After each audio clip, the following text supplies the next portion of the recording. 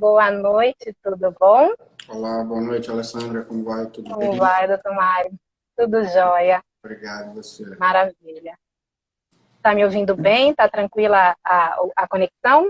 Está ouvindo bem? Está me ouvindo bem? Sim, maravilha. Ótimo. Bom, vou iniciar rapidinho fazendo uma menção, como eu estava um pouco antes do senhor chegar, parabenizando a Câmara Argentina, toda a diretoria, e também ao Consulado Argentino. A Câmara Empresarial de Comércio Argentina Bahia está completando 3 anos essa semana de atividades. E isso é muito importante para a gente, principalmente nesse momento. E essa semana, agora, a gente está começando a segunda temporada de lives, justamente com o senhor aqui à frente, que vai estar conversando com a gente sobre retomada responsável da economia. Bom, antes de mais nada, eu queria só fazer um lembrete. A live de hoje ela vai estar, o conteúdo gravado no meu canal do YouTube, Alessandra Nascimento Entrevista, e também vai estar na minha coluna Café com Negócio, o conteúdo que vai ser gerado aqui da live de hoje. Dito isso, eu estou lhe dando boas noites e as boas-vindas à live, doutor Mário, e gostaria de deixar ao senhor os momentos para o senhor se apresentar, falar um pouquinho para a gente. Maravilha. Primeiro, eu gostaria de parabenizar a Câmara aí pelos 3 anos exitosos, que muitos outros anos exitosos de atuação venham pela frente e que é muito importante essa parceria. Eu acho que essas relações internacionais do comércio bilateral nesse momento vai ser muito importante. Todos os dois países estão enfrentando situações financeiras complicadas. A pandemia agravou essa situação, então a ajuda mútua, o comércio entre os dois países aí tende a ser muito importante. Os dois países têm hoje uma moeda depreciada diante da moeda de negociação internacional, que é o dólar, então o que facilita muito, que eu acho que inclusive a gente tem que incentivar na retomada das viagens, do turismo, é que a gente possa prestigiar muito mais os brasileiros prestigiando a Argentina prestigiando o Brasil. Normalmente nesse setor os preços costumam ser dolarizados. Eu acho que o Brasil e a Argentina deviam fazer um acordo de tarifas especiais para um país para o outro, para que a gente fuja dessa supervalorização do dólar em relação ao real e em relação ao peso. Eu hoje sou presidente da Associação Comercial da Bahia, que é a entidade empresarial mais antiga das Américas, até da Península Ibérica, mais antiga do que da cidade do Porto e do que da de Lisboa. Muita tradição naquela casa, são 200 e quase 209 anos, completa 209 anos esse ano. Grandes decisões dos períodos do Brasil Império, do Brasil colônia ainda, do Brasil Império, da Velha República e da Nova República, transitaram por aqueles salões. E assumimos há cerca de um ano a presidência da Associação Comercial com a diretoria muito motivada, uma diretoria que é composta por empresários baianos que resolveram abraçar aquela casa. Na grande maioria dessa diretoria não eram associados à Associação Comercial da Bahia até então, e estamos aí num processo de recuperação, num processo de recuperar a credibilidade, de recuperar a vitalidade, recuperar a importância que aquela casa já teve. E nesse sentido a gente procurou elaborar o que você falou aí, que é o plano da retomada responsável.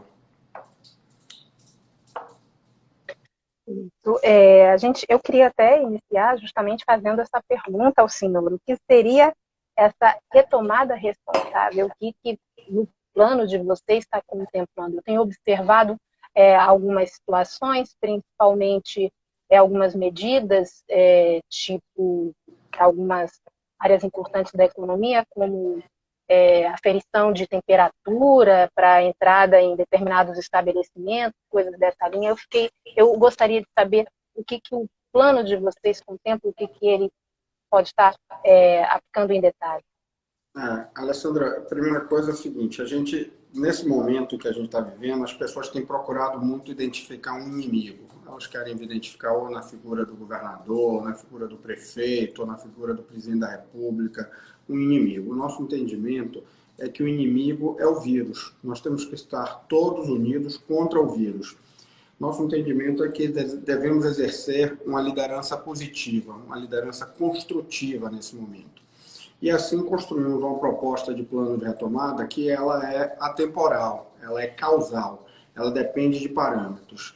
Entendemos que é função de qualquer gestor responsável tomar todas as medidas para que nenhum cidadão da sua cidade, nem do seu estado, venha a óbito por falta de assistência hospitalar. Esse é o grande problema do coronavírus, que a gente está vivendo aí, o Covid-19, que ele tem uma transmissibilidade muito alta, ele transmite enquanto as pessoas estão assintomáticas, e com isso ele infecta a população de uma maneira muito rápida, tem aquela chamada curva logarítmica, que você passa a ter uma população infectada muito grande, e com isso você colapsa qualquer sistema de saúde, como nós vimos aí em muitos países desenvolvidos e vimos em algumas cidades aqui do Brasil. Então, o que é possível fazer diante das medidas? Você tomar as medidas de isolamento e as medidas de prevenção ao contágio. Cada vez você conhece mais do vírus, conhece mais característica dele, conhece as formas que realmente são mais, os meios que são mais eficazes na prevenção ao contágio. Então, isso é importante que a gente venha a ter todo o processo da retomada responsável, a adoção de medidas de prevenção ao contágio. A gente faz uma proposta que é baseada na utilização do sistema de saúde e na velocidade de contágio do vírus, uma medida epidemiológica chamada R. Essa medida significa o seguinte: durante o ciclo viral, que no caso do Covid é de 14 dias, quantas pessoas cada pessoa infectada contamina.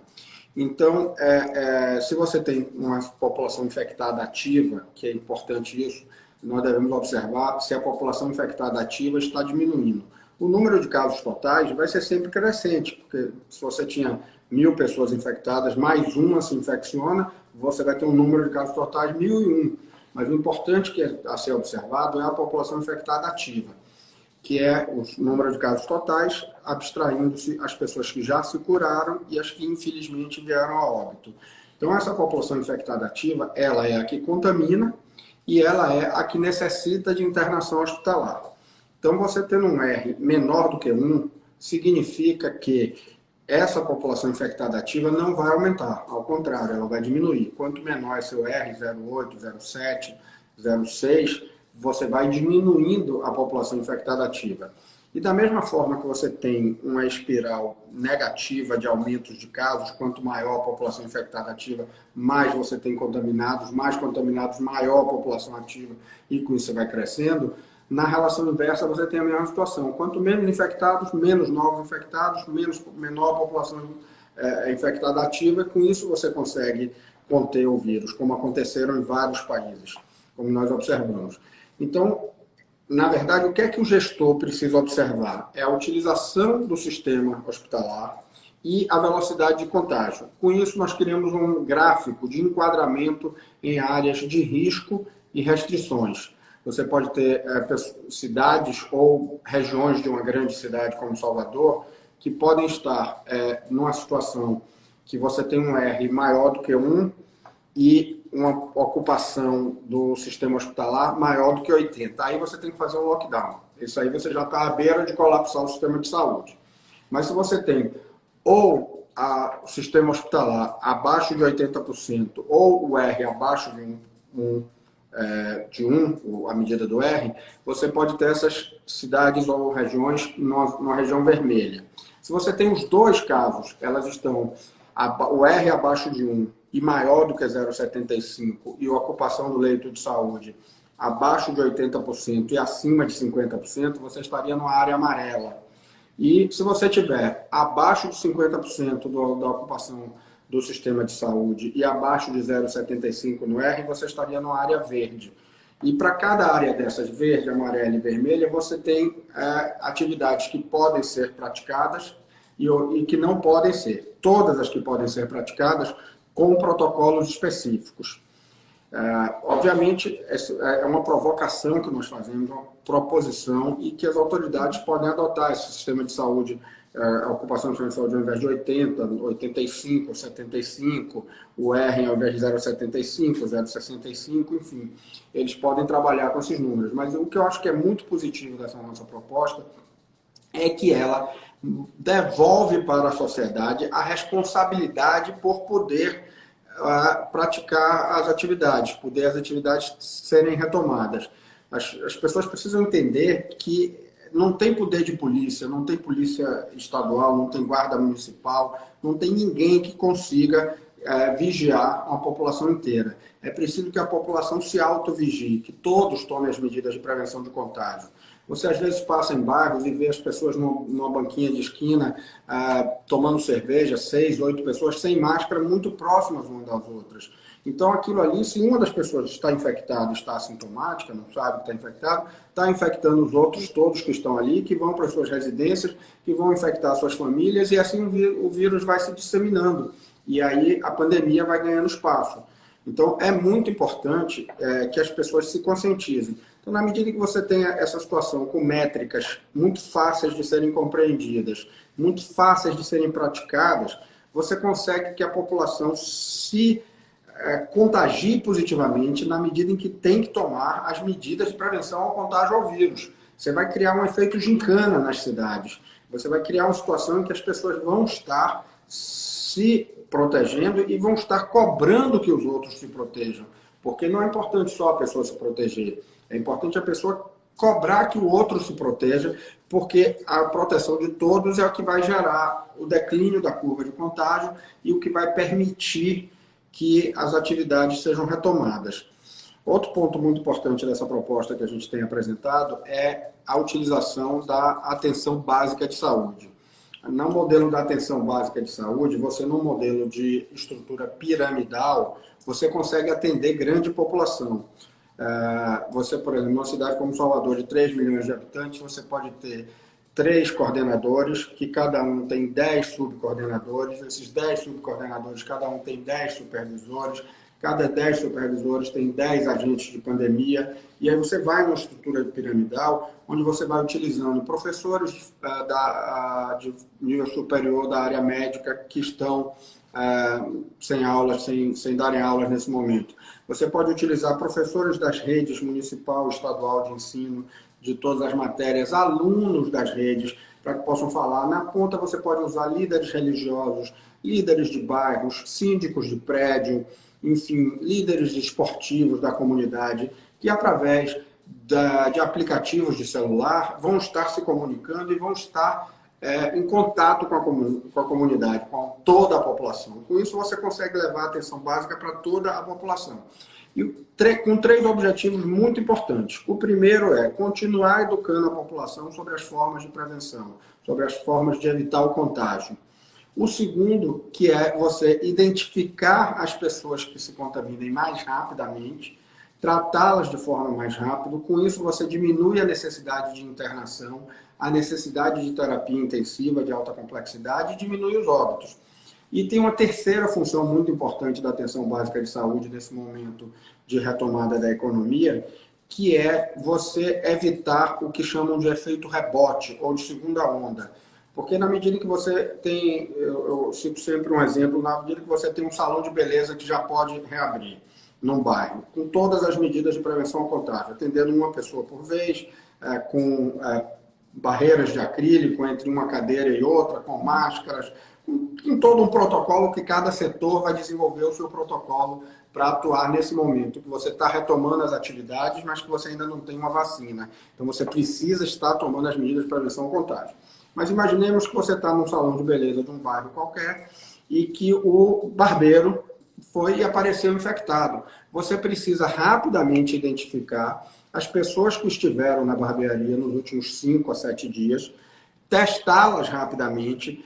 As que testarem positivo, você testar as que tiveram contato com ela, a família dela, as pessoas que tiveram contato com ela, e aí você confina e evita o nascimento de um possível novo surto. Evita efetivamente um tal do chamado efeito rebote ou da segunda onda através da atenção básica de saúde. Você consegue mapear e confinar rapidamente o surgimento de novos surtos que podiam também rapidamente se tornarem um retorno da pandemia, um retorno do vírus à nossa sociedade.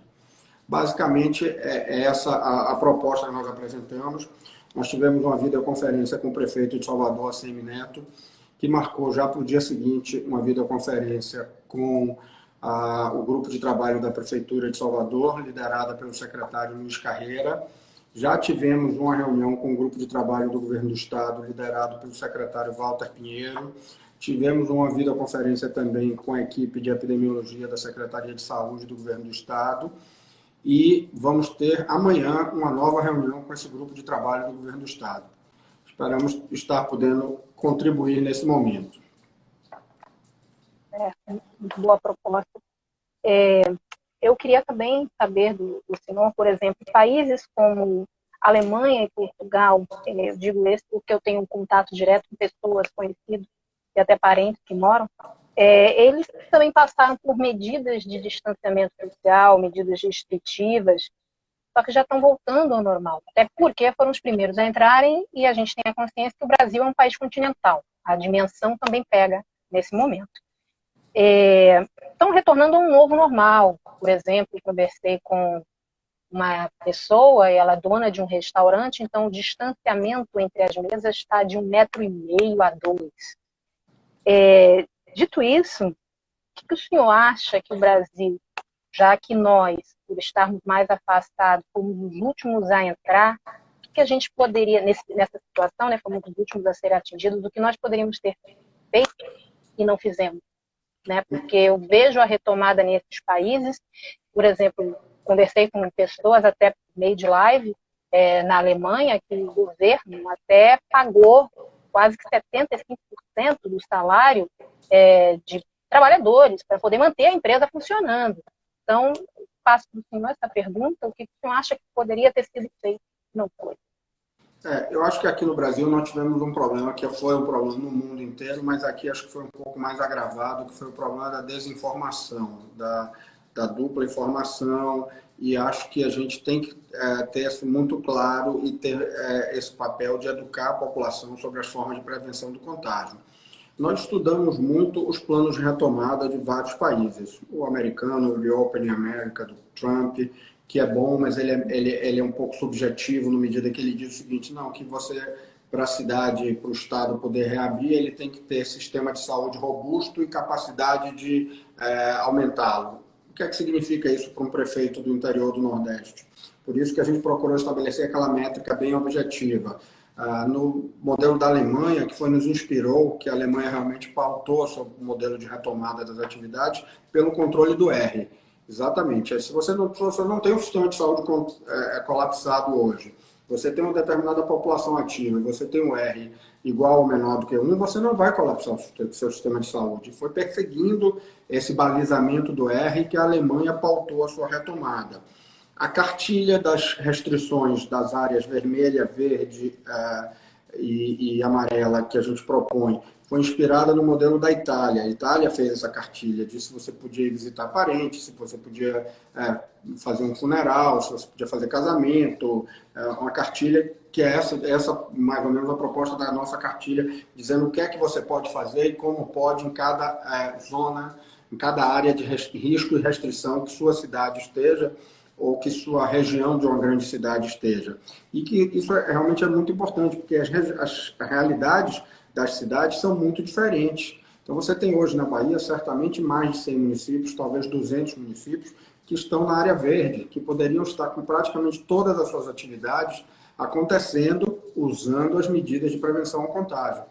Então, a lição que a gente tirou aí de cada país, a gente adotou na elaboração desse plano que a gente está fazendo aqui. E isso que você falou, por exemplo, dos restaurantes. Nós não fomos pretensiosos ao ponto de sugerirmos o protocolo de cada setor. Na verdade, inclusive, a Prefeitura de Salvador nos transmitiu que tem feito já esses protocolos, que tem discutido com cada setor individualmente. O Governo do Estado também, a Secretaria de Planejamento, já tem conversado também com os setores, que efetivamente é a Brasel, bares e restaurantes, que pode dar fazer esse diálogo do que funciona e do que não funciona na reabertura de um restaurante, esse distanciamento das mesas, os banheiros, como é que você vai utilizar a lavagem de mãos, aonde você vai disponibilizar o álcool gel, como vai disponibilizar, quando o garçom vai trabalhar de luva ou sem luva, lavando a mão a cada serviço que ele faz, a toalha da mesa é descartável, como é que ela é trocada, enfim, todos esses detalhes, cada setor vai ter que estabelecer o seu protocolo de retomada, porque nós vamos ter uma situação em que a gente vai estar convivendo com um vírus ali decrescente, caminhando para ficar confinado. Mas nós não teremos ainda a vacina. Então, é um vírus de alta transmissibilidade. A gente estudou também, se você pegar todas as pandemias, li alguns estudos, desde a gripe espanhola em 1918 até hoje, o coronavírus não foi a que mais matou, não foi a que mais contaminou pessoas, mas ele é a atual pandemia. Nós temos a pandemia que tem a maior transmissibilidade. E é exatamente essa velocidade de transmissão que faz com que a população fique doente de uma forma muito rápida e colapse os sistemas de saúde. E aí possam vir pessoas a óbito por falta de assistência hospitalar. E nessa medida, a gente aplaude as medidas que o governador da Bahia e o prefeito Assemineto têm tomado aqui, que se você olhar Salvador é mais do que 60%, cerca de 63%, nos últimos números que eu vi, dos casos no estado inteiro. Então, quando você fala de Covid na Bahia, você tem que falar focando realmente em Salvador, que é um grande centro, onde está o maior problema de Covid na Bahia. Então, a gente tem que aplaudir as medidas que o prefeito Assemineto, que o governo do estado vem tomando, na medida de privilegiar a preservação de vidas humanas. A gente tem passado por uma dificuldade muito grande, mas a gente entende que é no momento da retomada que os governos, nas 3 esferas, vão precisar dar liquidez à economia, dar liquidez aos empresários. Dentro da estrutura federativa do Brasil, quem tem maior capacidade de fazer isso é o governo federal. O governo federal que pode emitir moeda, é o governo federal que pode emitir dívida de forma autônoma, é o governo federal que pode lançar mão das reservas internacionais, que hoje o Brasil tem reservas de valores elevadíssimos, cerca de 370 bilhões de dólares, pode usar uma parte dessas reservas para injetar recursos na economia, para aumentar a dívida. E não tem problema no momento atual. Se você olhar o problema do Brasil, não é a relação dívida-PIB. A relação dívida-PIB do Brasil está abaixo de 80%. Os padrões de dívida-PIB da Europa são de 130%, 170% em alguns países. Então, nós temos espaço para crescer a nossa dívida. O problema do Brasil era o custo da dívida, que era muito alto, e hoje ele está muito baixo, um nível inimaginável. Acho que nenhum brasileiro imaginou que ia ver a taxa básica de juros a 2,25 anuais, como foi baixado hoje pelo Banco Central, a taxa Selic, que é a nossa taxa básica de juros, que estava em 3%, que já era um nível realmente muito baixo, foi reduzida hoje para 2,25%. Então, o custo de refinanciamento dessa dívida, a capacidade de refinanciar a dívida brasileira, hoje é muito grande. Então, o Brasil não precisa se preocupar com o aumento da dívida. Ele tem que injetar recursos na economia. Se você olhar, todos os países têm feito isso. Os Estados Unidos está injetando cerca de 3 trilhões de dólares na economia. O Banco Central Europeu vinham falando de 500 bilhões de euros, ele fez 1 trilhão e 200 bilhões de euros de injeção de capital na economia para dar liquidez. E quanto maior for essa injeção de recursos na economia através do governo federal, dando funding para os estados e municípios, para que esses também possam refinanciar os tributos estaduais e tributos municipais das empresas, para que elas tenham fôlego para essa retomada, é muito importante o Brasil também usar os bancos públicos para darem liquidez à economia, para forçarem os bancos privados a darem liquidez à economia. A gente está enxergando um papel muito ruim dos bancos nesse momento. Os bancos privados estão dificultando muito o acesso ao crédito das empresas. Muito. Isso a gente está combatendo de forma veemente. Tem banco aí que fez doações de valores bilionários para a aquisição de itens que poderiam ser bancados pelo governo. O governo tinha verba para isso. Pegava esse valor e criava um fundo garantidor para emprestar muito mais para servir de garantia, para emprestar para as empresas, de forma a dar liquidez à economia, a cumprir o papel, que é o papel do banco, que é financiar. Mas os bancos nas crises se retraem, sentam em cima do caixa e criam uma dificuldade muito grande. Aumenta inversamente proporcional ao que está acontecendo com a taxa básica de juros no Brasil. A taxa para as empresas tem aumentado. Esse é um problema sério que nós vamos viver e o governo brasileiro precisa encontrar instrumentos para que ele possa atuar na linha de fornecer liquidez à economia, porque as empresas vão precisar. Você vai ter, por exemplo, imagine que os shoppings abrissem na próxima semana ou daqui a 15 dias. Você acha que vai ter o movimento esperado, que as vendas vão ser próximas do que seriam? Não tem, essa retomada vai ser lenta, gradual. Então as empresas vão precisar de liquidez para isso. O senhor foi num ponto interessante, que era justamente o outro ponto que eu ia perguntar ao senhor, que é o comportamento dos bancos em estarem justamente com essa dificuldade toda, principalmente para os pequenos, em estarem auxiliando nesse momento que mais precisam. E também uma outra situação, uma situação até amarga, que foi maio bateu o recorde de 1 milhão de desempregados no país. Isso é uma taxa alarmante, nunca vista na história. Dentro dessa linha também, eu citou um ponto muito importante, que é o governo estar mais presente com o sistema bancário. Eu queria perguntar também sobre outras questões que a associação comercial ela pode estar implementando no tocante justamente a auxiliar na retomada do crescimento na partir da parte que faz menção à geração de empregos, né?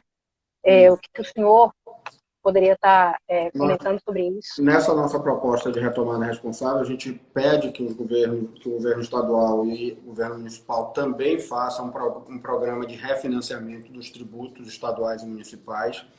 E a gente está também dentro da associação comercial com o nosso núcleo jurídico dando total atenção a todos os nossos associados. Então nós temos lá um núcleo jurídico que tem um sistema de plantão que dá atenção aos associados e nós estamos agora redinamizando a nossa Câmara de Conciliação, Mediação e Arbitragem, porque a gente acha que também é uma ferramenta, é um apoio importante que nós podemos dar à economia baiana. Nós estamos criando ritos expeditos de conciliação e mediação para situações do tipo de conflito de dívidas de aluguéis, de estabelecimentos que ficaram fechados, todas essas demandas que vão acontecer fruto da pandemia e que se você tivesse que se judicializar, sem dúvida a gente sabe que um processo judicial tende a levar muito mais tempo do que uma solução que você possa atingir num processo de conciliação e mediação da nossa Câmara lá de Arbitragem da Associação Comercial. Então, acho que a outra grande contribuição que nós estamos procurando dar nesse momento nós criamos um conselho consultivo, já temos aí cerca de 40 dos melhores escritórios de advocacia da Bahia nesse conselho consultivo e estamos, nesse momento, debatendo esses ritos expeditos, estamos discutindo a criação de um modelo de recuperação de empresas em situação financeira difícil, alguma coisa equiparada ao que seria a recuperação judicial num ambiente extrajudicial. Estamos promovendo um rito, um procedimento desse dentro dessa nossa Câmara de Conciliação e Mediação. Então, estamos procurando ter uma liderança positiva, uma liderança construtiva. Eu digo sempre, eu prefiro, ao invés de jogar pedras, reunir essas pedras para que possamos, com elas, construir um muro que proteja todos nós.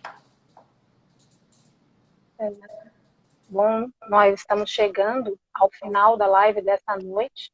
Eu agradeço ao presidente Mário Dantas, da Associação Comercial da Bahia, a entidade mais antiga das Américas, né, e que está justamente nesse momento auxiliando com a retomada, né, com ações referentes à retomada responsável da economia, um momento muito delicado que a nossa geração está passando, de passagem. Ninguém imaginou no final do ano passado, no dia 31 de dezembro, que ia estar recebendo essa situação, esse desafio para estar acompanhando.